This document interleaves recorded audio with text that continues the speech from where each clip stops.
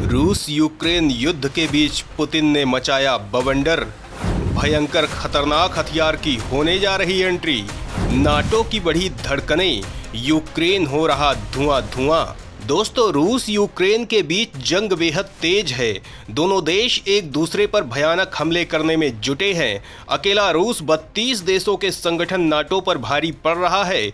Ukraine तमाम मुश्किलों के बाद भी पीछे हटने को तैयार नहीं है। वहीं पुतिन का दमखम कम होने का नाम नहीं ले रहा है। पश्चिम की तमाम कोशिशें फेल हो गई हैं। रूस पर भयंकर प्रतिबंध लगाए गए हैं। इसके बाद मॉस्को और आक्रामक हो गया है।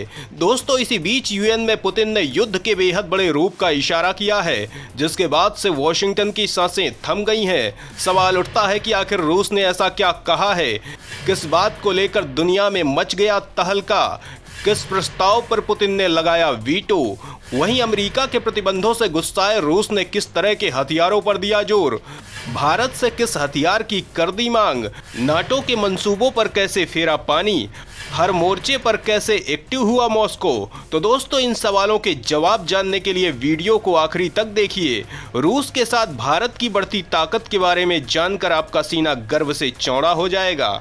मॉस्को जमीन ही नहीं, अंतरिक्ष में अमेरिका को करेगा बर्बाद।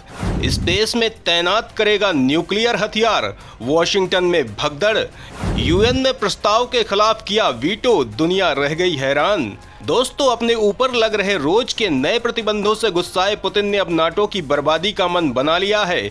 रूसी खुफिया एजेंसी केजीबी बेहद मजबूती से काम कर रही है और नाटो के हर कदम पर नजर रख रही है और रूसी सेना उससे एक कदम आगे चल रही है। अभी नाटो अपने युद्ध के खर्चे को कम करने के लिए भारत से हथियार खरीदने के बारे में विचार कर ही रहा था कि रूस ने भारत से प्रलय मिसाइलों की मांग कर दी है। दोस्तों, सवाल उठता है कि आखिर नाटो भारत से हथियार क्यों खरीदना चाहता है? इससे उसे क्या फायदा होगा?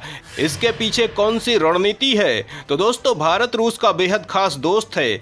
दोनों देशों के बीच मजबूत और पुराने रक्षा संबंध हैं। इसके अलावा व्यापारिक संबंध भी बेहद मजबूत हैं। रूस यूक्रेन युद्ध शुरू होते ही अमेरिका ने रूस पर भयंकर प्रतिबंध लगाए हैं, लेकिन भारत ने रूस से आयात बंद करने की जगह बढ़ा दिया है। यूरोप के तमाम दबाव और मान मनव्वल के बाद भी भारत मानने के लिए तैयार नहीं हुआ है।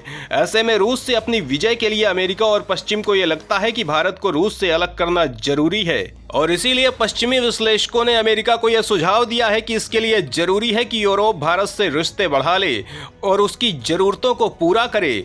भारत इस वक्त हथियारों के बाजार में नया और मजबूत विकल्प बनकर उभरा है।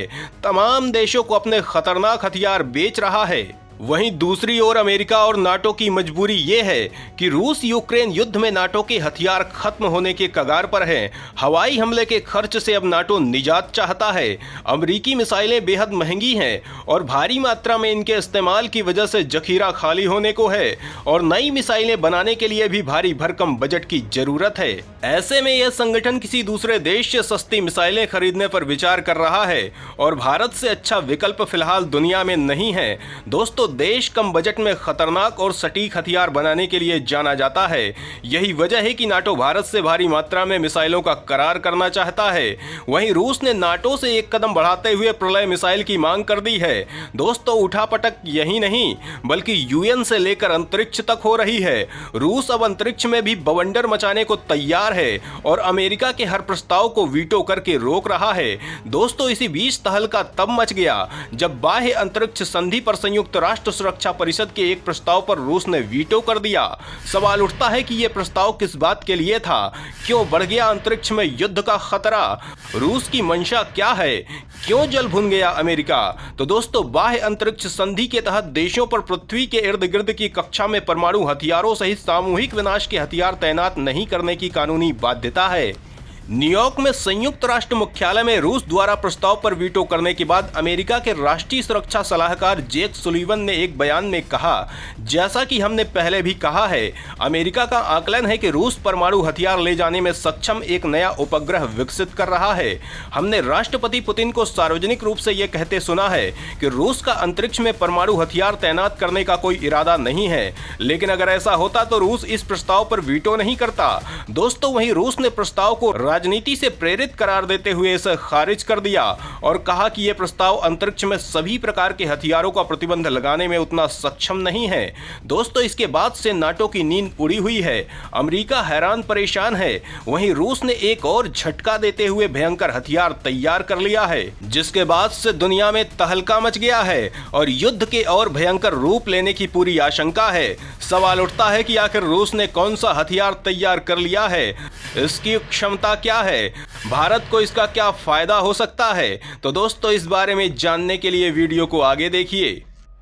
जंग में उतरेगा हाइपरसोनिक मिसाइलों का काल, लाल सेना यूक्रेन को करेगी राख, नाटो की बढ़ी धड़कनें, S-500 सिस्टम हो गया तैयार, पसरा सन्नाटा। दोस्तों, रूसी रक्षा मंत्री सर्गेई शोइगु ने दावा किया है कि S-500 प्रणाली दो रूपों में सेना को सौंपी जाएगी, एक लंबी दूरी की एयर डिफेंस मिसाइल सिस्टम और दूसरी एंटी मिसाइल डिफेंस कॉम्प्लेक्स।